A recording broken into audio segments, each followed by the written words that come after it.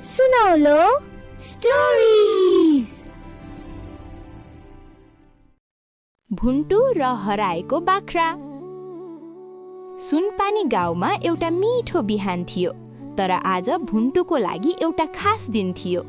हजुरआमाले भुन्टुलाई बोलाउनु भयो। भुन्टु, आज हजुरबाको तबियत ठीक छैन, म बजार जानुपर्छ।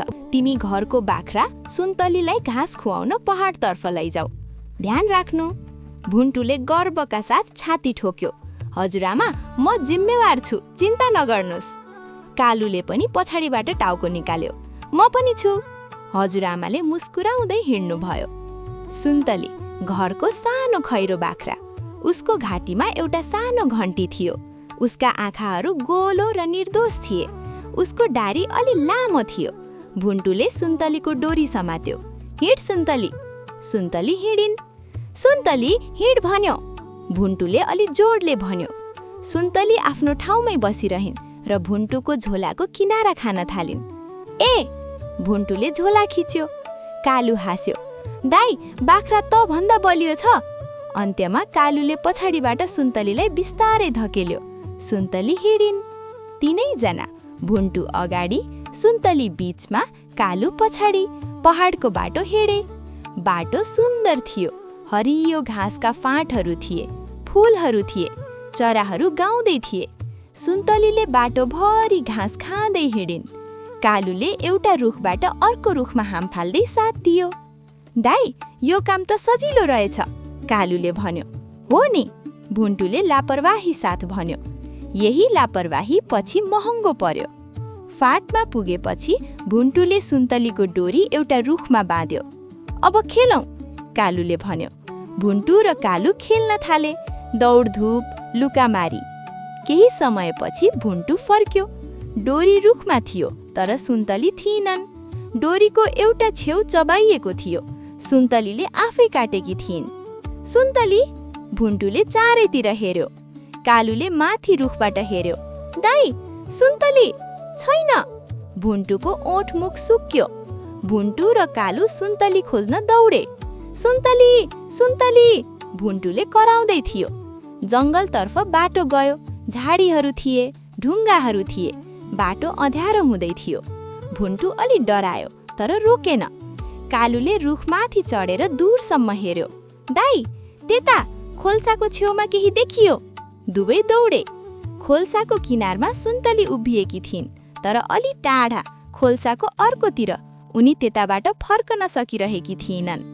सुन्तलीका आँखाहरू डराएका थिए। खोल्सा साँगुरो थियो, तर गहिरो थियो। पानी छिटो बग्दै थियो। म जान्छु, भुन्टुले भन्यो। दाइ, खतरा छ, कालुले भन्यो। सुन्तली हाम्रो जिम्मेवार हो, भुन्टुले भन्यो। कालुले एकछिन हेर्यो, अनि ठिकै छ, म पुल बनाउँछु। कालुले नजिकैबाट एउटा लामो काठको हाँगो तानेर ल्यायो। भुन्टुले एउटातिर समात्यो, कालुले अर्कोतिर। दुवैले मिलाएर खोल्साको पारी राखे। भुन्टु बिस्तारै हाँगोमाथि हिँड्यो, हात फैलाएर ध्यान साथ। बीचमा अलि थरथरायो, तर रोकेन। अर्कोतिर पुगेर सुन्तलीको डोरी समात्यो। सुन्तलीलाई बिस्तारै फर्काउँदै ल्यायो।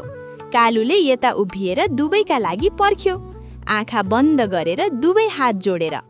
तीनैजना घर फर्के, भुन्टु, सुन्तली र कालु। भुन्टुको लुगा माटोले भरिएको थियो। कालुको फर थियो झाडीमा अड्किएको। सुन्तलीको घन्टी बज्दै थियो। हजुरआमा बजारबाट फर्कनु भएको थियो। आँगनमा उभिनु भएको थियो। सुन्तली कस्ती छे? भुन्टुले सोध्यो। राम्री छे, भुन्टुले भन्यो। हजुरआमाले भुन्टुको माटोले भरिएको लुगा, कालुको झाडीमा अड्किएको फर हेर्नुभयो। सब बुझ्नुभयो। के भयो? हजुरआमाले सोध्नुभयो। भुन्टु र कालु दुवैले एकअर्कालाई हेरे, अनि सत्य बताए, सबै कुरा।